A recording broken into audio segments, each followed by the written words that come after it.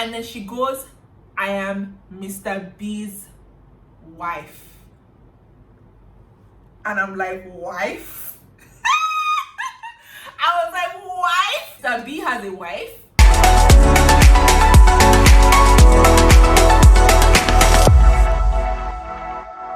Hi guys, welcome back to my channel. My name is adedolapo.eb, and if you're new here, this is a lifestyle channel, and this channel aims to inspire, inform, and entertain while showing my journey of growing and becoming. So it's been a long time since I did a sit down video, so I'm pretty excited to be doing one.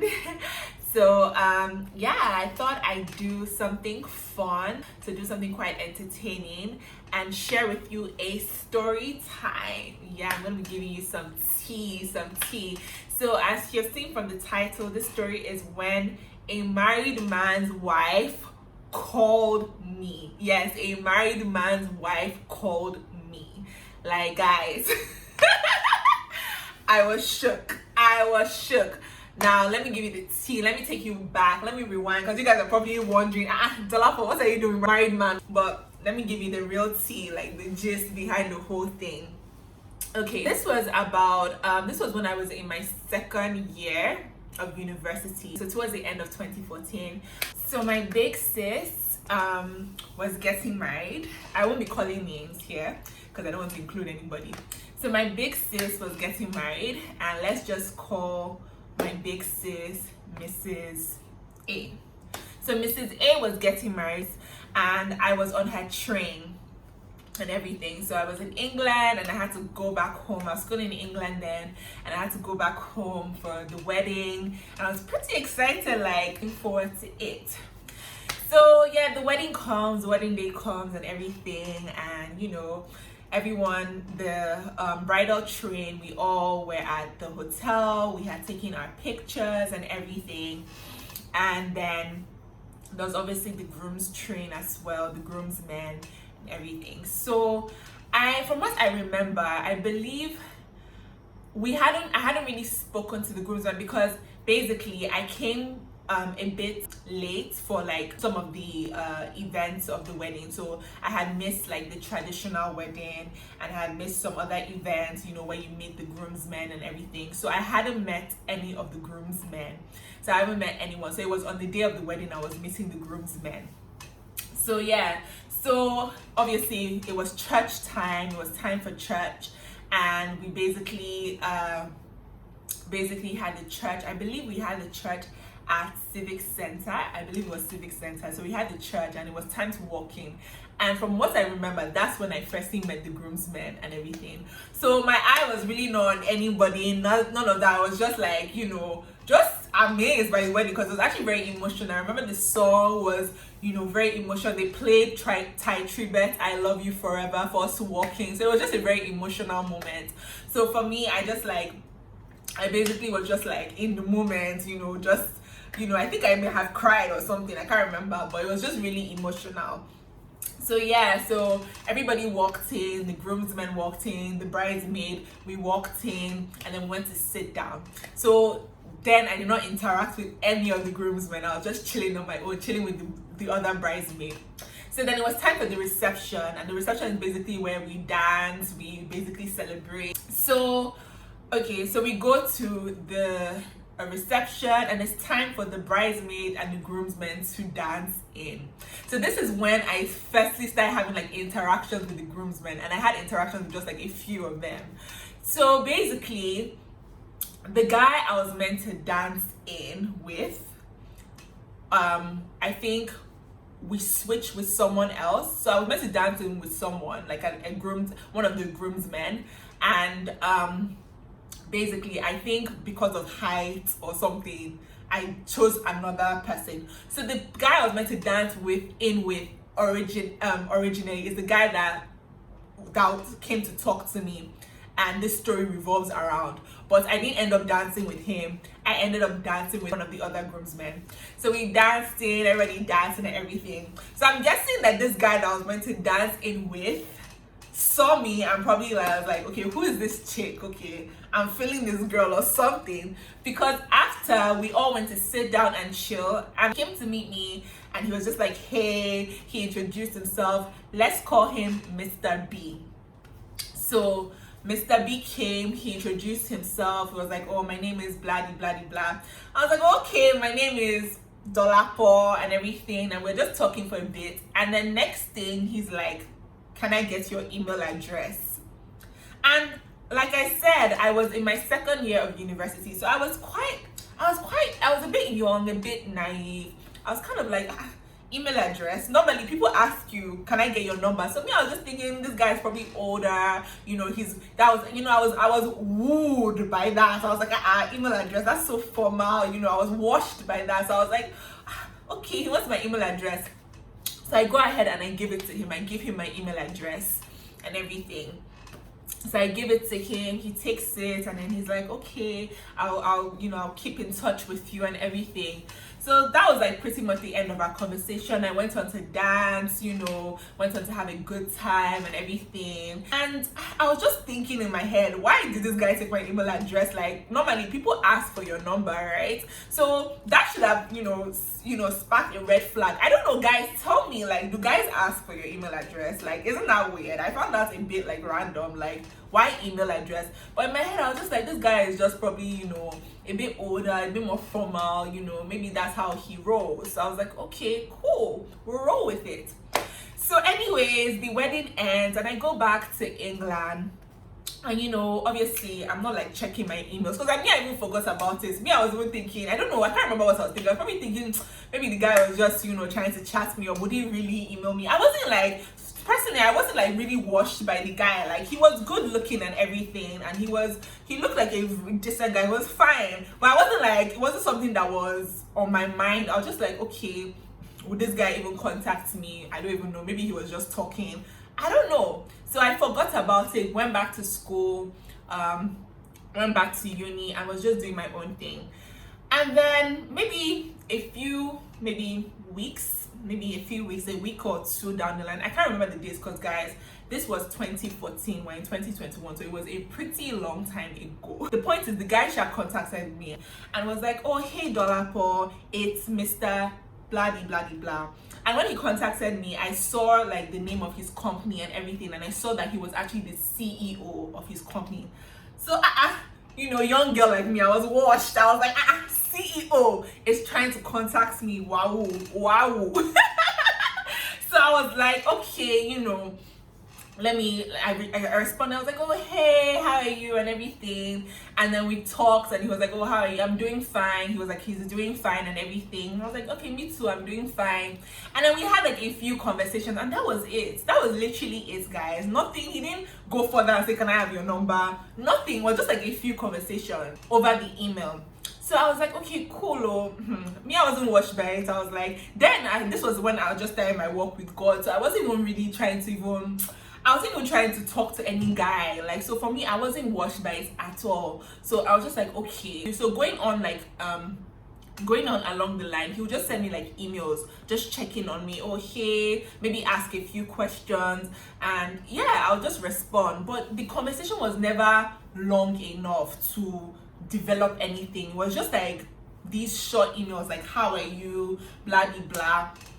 And me, I was like, okay, if this is how you want to roll, let's roll like this. I guess you are not trying to, you know, do anything or further anything. And guys, when he was sending his emails, nothing clocked my mind that this guy was married. Like, absolutely nothing, like zero. I did not think this guy was married. It wasn't coming to my mind, nothing. I just knew that he was a CEO of a company. And because I wasn't like interested or like trying to further the conversation, I wasn't asking him any questions, and he wasn't really asking me anything deep. Maybe he asked me a few things about myself and I responded, but he wasn't furthering it. He was just like checking in on me and asking like a few questions. And I didn't find that suspicious. I was just like, okay, maybe this guy doesn't really want anything. Maybe he just wants to be my friend. I didn't get it. Like, I wasn't dwelling on it. Let's just put it like that. So it wasn't on my mind. So December, I came back to Lagos for Christmas. So I normally used to come back to Lagos for Christmas. And then January, my dad's birthday, because my dad's birthday is January the 3rd. I remember getting an email from this guy just checking in on me, and I responded just like usually, the usual check-in. And then next thing he's like, okay, can we meet up? So I'm like, hey, so this guy, you know how guys are, you know how Nigerian guy, back then, I don't know how things are, because, you know, things have changed. Me, I'm not even in that space anymore, but back then, how guys used to do it, when I was younger, when it's time, you know, when it's Christmas time, that's when guys will come and start talking to you, because they know that you're going to come back to Nigeria, you know, so they want to meet up with you and do their own thing, you know what I'm talking about. So that's when guys know you. They'll come and meet you at Christmas. Oh, let's meet up, because it's Christmas time now, let's meet up. So I was like, I know where this guy is going to. You want us to meet up, Shay, and it's Christmas time, okay. So I was like, you know, I personally did not want to meet up with him, because that day was my dad's birthday, so I was a little busy and everything, so I didn't want to meet up with him. So I was just like, oh, it's my dad's birthday, I can't meet up with you and everything. And then he was like, okay, are you sure that you can't just come out and see me? Is there no way that you can see me? And I was just like, no, I can't and everything. I was like, okay, maybe we'll meet up another time. And I remember I was going back maybe 2 days after my dad's birthday, so I was like, I'm even going back. And he was like, oh, okay. So that was that. So that was the first time this guy actually tried to, you know, take these conversations we're having to another level by asking me, let's meet up. But I kind of already knew, you know, where this guy was going at, like, so I was just like, nah, I don't want to meet up with you. I had gone back to university, and then he messaged me again, and he was like, hey, and I was like, hey, and when we spoke, and then guys, this time he asked me for my number, and in my head I'm like, finally, like, this guy asked me for my number. We're moving from email to number, thank goodness. Not even because I was interested, but because what is this email? So he was like, okay, what is your number? So I was like, okay, I will give you my number. So I gave him my number, and I remember he called me over, I believe he called me directly, or he called me on WhatsApp. So he called me, and then we spoke, and then, you know, we had a little chat and everything. It was nice. I was feeling myself. I was like, oh, that guy CEO is chatting with me, you know. guys, the naivety. So I was like, CEO is chatting with me.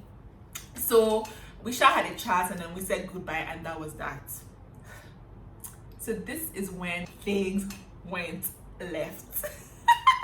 So a few days after that call, I get a call, and when I get the call, someone is like, the person on the other line is like, it was a female voice. She's like, is this adedolapo.eb? And I'm like, who is calling me? It was a Nigerian number. So it was a Nigerian number, and I was like, who is calling me and mentioning my name with my phone name? Normally, if you call somebody, you're like, oh, is this Dolapo? This person said, is this adedolapo.eb? So me, I'm thinking, okay, maybe it's one of my aunties, and it was one of my aunties. So I was like, maybe it's one of my aunties. I was like, okay, who is this? And then she's like, the person starts talking at me, and like, I want to know if this is adedolapo.eb. And I'm like, wait, who is this? You have to tell me, because the person starts talking. I'm like, you can't be talking to me and not telling me who you are. I can't just be talking to somebody and not know who you are. Like, in this age of jazz and everything, I beg you. So that's what I was thinking. I was like, please tell me who you are.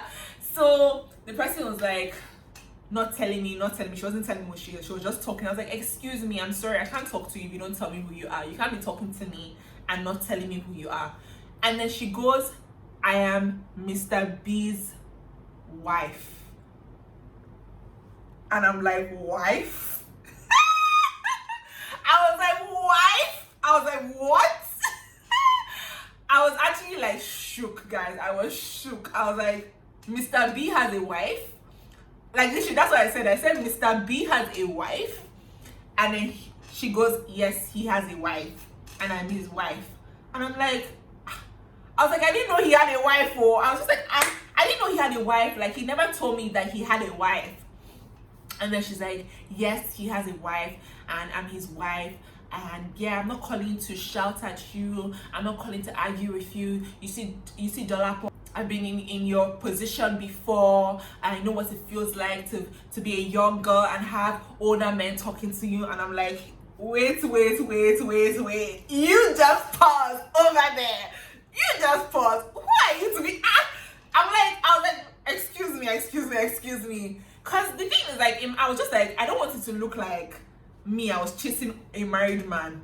So the way she was talking about me and giving me advice and saying that I was in your position, I was just like, excuse me, I'm sorry. I actually did not know that your husband had a wife, and up to a few days ago, he has never ever, called me. He has never ever texted me. We're talking via email. I met him at a wedding. He got my email and we've been talking. I had absolutely no interest in him.